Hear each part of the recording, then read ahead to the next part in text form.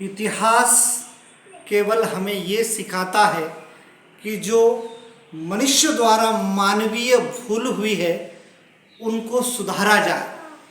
अमूमन इतिहास का अर्थ ये निकाल जाता है कि पुराने समय में क्या हुआ और उनसे क्या शिक्षा लेनी चाहिए, लेकिन इतिहास इस बात का आपको सबक भी देता है कि आपने जो गलतियां की है उसको सुधारा जाए।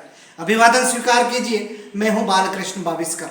दोस्तों, आज मैं बहुत ही गंभीर विषय पर आप लोगों से चर्चा करने के लिए आया हूं। भले ही इस देश में वैदिक काल से लेकर ऋग वैदिक काल से लेकर वर्तमान काल तक माता बहनों और बेटियों को बचाने के लिए बड़ी बड़ी कार्य योजनाएं हैं, बड़े बड़े स्तर पर उनका उल्लेख है, उनका सम्मान है, किंतु क्या कारण है कि इतिहास अपने आप को इस तरीके से दोहरा रहा है। मैं बात करने जा रहा हूं दिल्ली की साक्षी हत्याकांड का, क्योंकि दिल्ली में इतनी अमानवीय दुराचारी घटना हुई है और उस घटना को अंजाम देने वाले कुत्सित मानसिकता के उस आरोपी को, जिन्होंने इस प्रकार की घटना की है और संपूर्ण भारतवर्ष को झकझोर दिया है।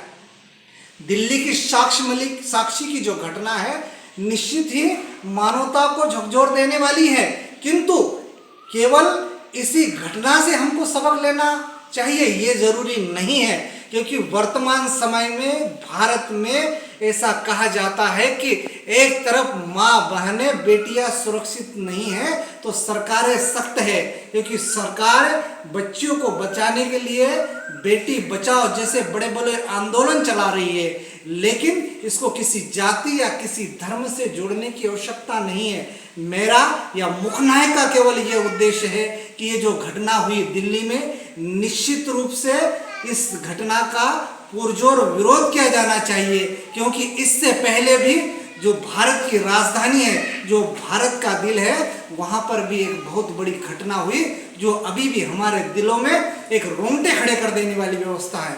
तो इस घटना का विरोध करने के लिए मुखनायक आप सभी से निवेदन करता है कि इस प्रकार जो बालिकाओं के प्रति हमारी मानसिकता है उसको उच्च स्तर पर ले जाने की आवश्यकता है। हमें डॉक्टर बाबा साहब भीमराव अंबेडकर के उस मत को भी स्मरण करने की आवश्यकता है। उन्होंने कहा था कि यदि किसी भी जाति या किसी भी धर्म या किसी भी समाज की यदि योग्यता है, यदि उसका कोई मापदंड है, तो वहाँ के बच्चों की शिक्षा, तो हमें ऐसी शिक्षा देने की आवश्यकता है जिसमें बालिकाओं का स्तर निश्चित रूप से पूजनीय होना चाहिए, उनको मान सम्मान मिलना चाहिए। और यदि इस प्रकार की घटनाएं इस देश में बढ़ रही है तो निश्चित ये मानव को झकझोर देने वाली घटना है और मुखनायक इसका पुरजोर विरोध करता है।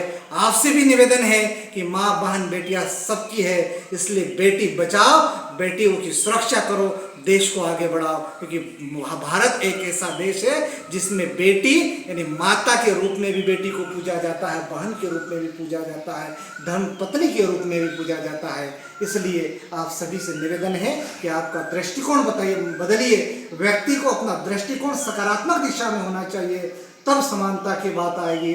केवल मंच से या बड़े बड़े भाषणों देने से या कोई योजनाएं चलाने से इन बच्चों के साथ जो रोज अन्याय अत्याचार और दुराचार हो रहा है वो नहीं रुकेगा।